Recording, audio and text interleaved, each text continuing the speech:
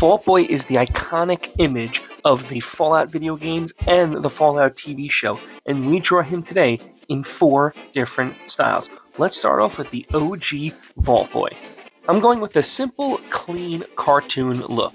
And if you look closely at the character, you might notice that he looks just a little bit familiar. Yeah, that's right, I am a huge fan of not only the video games, but of the TV show also. I've been playing the video games themselves for almost 30 years. That's right, the first game came out in 1997. It was a lot different than what we know of a video game today, but it was incredibly well diverse with immense backgrounds and very captivating stories and amazing characters. I am such a super fan of the series. It is probably my #1 favorite video game series out there. I mean, every time a new game comes out or a new expansion comes out, or even just recently they said that a new mini DLC was going to be added to Fallout 4, I immediately wanted to hop back on and play, but I haven't created content in a while because I kind of took a mini break in January.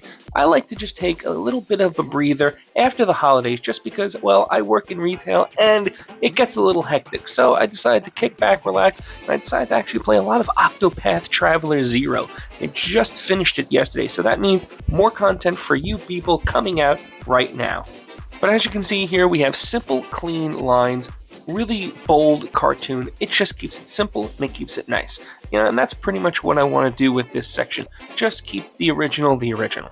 But up next, we have the Ghoul. And I don't mean Walton Goggins as the Ghoul. No, not that one. But we are going to keep everything in this whimsical, fun, cartoon style that's very reminiscent of what you would see in the video game Fallout Shelter. I think it's going to come out really cool. It's going to be a little bit simple, this video. It's more about the exploration of the different types and styles of the characters that they're drawn in, and just having fun with creating a simple, fun cartoon character that's pretty unique for something that I really love. And if you haven't played the games, there are 2 types of ghouls. There are the ghouls that are very humanistic, that still have retained some of their sentience, and then there's what is known as the feral ghouls, which is what I'm drawing here. These are ghouls that have basically lost their sense of humanity. They are all but gone. They are basically just mindless zombies.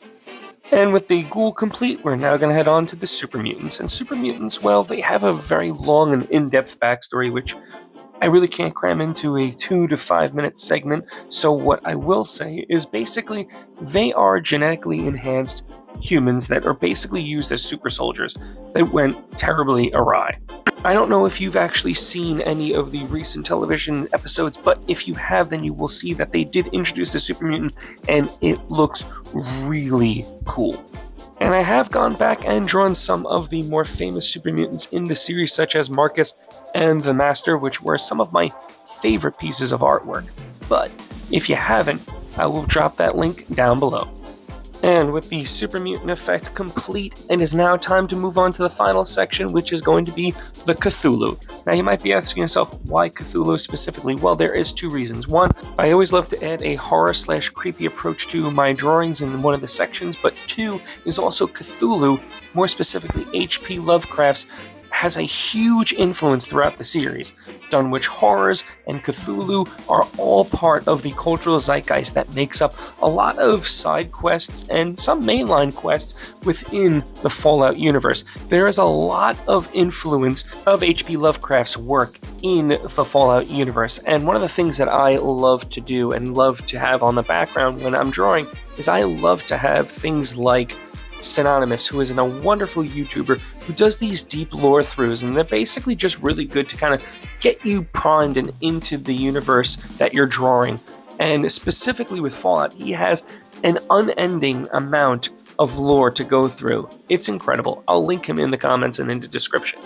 And we're finished. I know this was a short one, but it was a fun little cartoon that I wanted to just throw in there. Let me know which side is your favorite, and as always, I'll see you all in the next video.